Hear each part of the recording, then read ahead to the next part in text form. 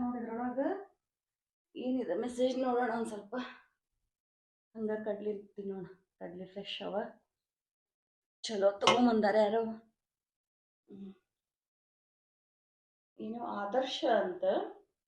ಅವನಿಂಗ ಇವನ ಹಂಗ ಎನ್ನುತ್ತಲಿ ಸಮಯವನು ಸವೆಸುತ್ತಲಿ ನೀನ್ ಹ್ಯಾಂಗ ಎನ್ನುವುದೇ ಮರೆತಿರುವಿ. ಎಷ್ಟು ಚಂದ ಅದ ನೋಡ. ಹಾ ಶೈಲಾ, ಓ ಬಾ ಬಾ ಬಾ. ಆರಾಮ್ ನೋಡ್ ಬಾ. ಏನಿಲ್ವಾ, ಕೆಲಸ ಆತು, ಕಡ್ಲಿ ತಿನ್ಕೋತ. ಯಾರೋ ಒಬ್ರು ಮೆಸೇಜ್ ಕಳ್ಸಿದ್ರು, ಇದು ಬಹಳ ಇಷ್ಟ ಆತ್ ನನಗಿದ. ಅದಕ್ಕ ಇದನ್ನ ಓದ್ಕೋತ ಕೂತ್ಕೊಂಡಿದ್ದೆ. ಹಂಗ ಎಷ್ಟು ಚಂದ ಕಳ್ಸ್ಯಾರ ನೋಡು. ಅವನ್ ಹಿಂಗ ಇವನ್ ಹಂಗ ಎನ್ನುತ್ತಲಿ ಸಮಯವನು ಸವೆಸುತ್ತಲಿ ನೀನ್ ಹ್ಯಾಂಗ ಎನ್ನುವುದೇ ಮರೆತಿರುವಿ.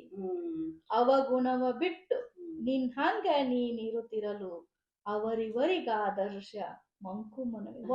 ಎಷ್ಟು ಚಂದದಲ್ಲ. ನಾನು ರೀಲ್ಸ್ ಮಾಡಕತ್ತಿ.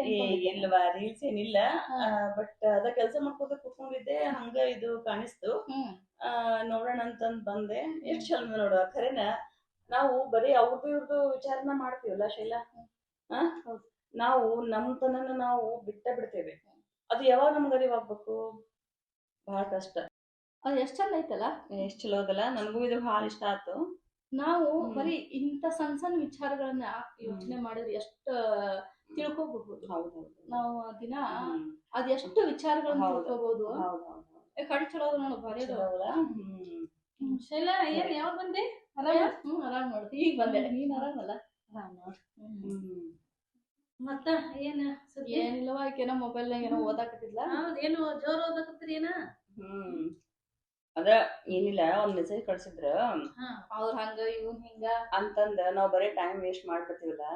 ಅದಕ್ಕ ಹೆಂಗಲ್ಲ, ಇದು ಕೆಲವೊಂದು ವಿಷಯಗಳು ನಾವ್ ಹೆಂಗಿದ್ದೀವಿ ಅನ್ನೋದನ್ನ ನಮ್ ತಿಳ್ಕೊಳಿಕ್ಕೆ ಆಗಂಗಿಲ್ಲ. ಹೌದು, ಬಹಳಷ್ಟು ಹಿಂಗೆ ಬರ್ತಾವ. ಅದ್ರಲ್ಲಿ ಒಳ್ಳೇದನ್ನ ಆರಿಸ್ಕೊಂಡು ನಾವ್ ಚಲೋ ಒಳ್ಳೊಳ್ಳೆ ಓದ್ಬೇಕು. ಮತ್ ಇಂಥದ್ದು ಬರ್ತಾನೆ ಇರ್ತಾವ. ಆಮೇಲೆ ಜನನು ಹಂಗಿರ್ತಾರ, ಅವ್ರು ಹಿಂಗೆ ಇವ್ರು ಹಿಂಗೆ ಅಂತ ನಮ್ ಹಿಂದ್ಗಡೆ ಹೇಳೋರು ಬಹಳ ಜನನೇ ಇರ್ತಾರ. ಹಂಗಾಗಿ ನಾವ್ ಅವ್ರು ಇವ್ರು ಅಂತಾರಂತೇಳಿ ನಮ್ಮತನ ನಾವ್ ಬಿಟ್ಕೊಳ್ಳಾರ್ದಂಗ ನಾವ್ ಚೇಂಜ್ ಆಗ್ಬಾರ್ದು. ನಾವ್ ಹೆಂಗಿರ್ತೀವಿ ನ್ಯಾಚುರಲ್ ಆಗಿ ಹಂಗಿರೋದ್ ಕಲಿಬೇಕು.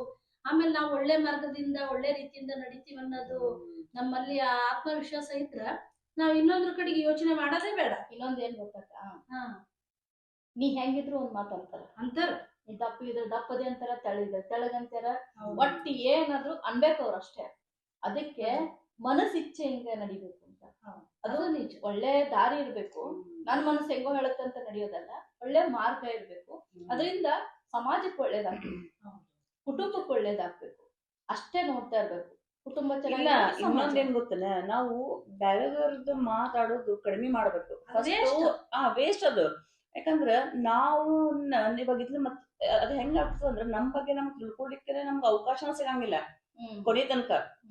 ಹಂಗಾಗ್ಬಿಡ್ತದ. ತನ್ನ ತಾನರಿ ಅಂತ. ಅದಕ್ಕ ಅವ್ರು ಎಷ್ಟು ಚಂದ ಹೇಳ್ಯಾರ ನೋಡವ್ರು.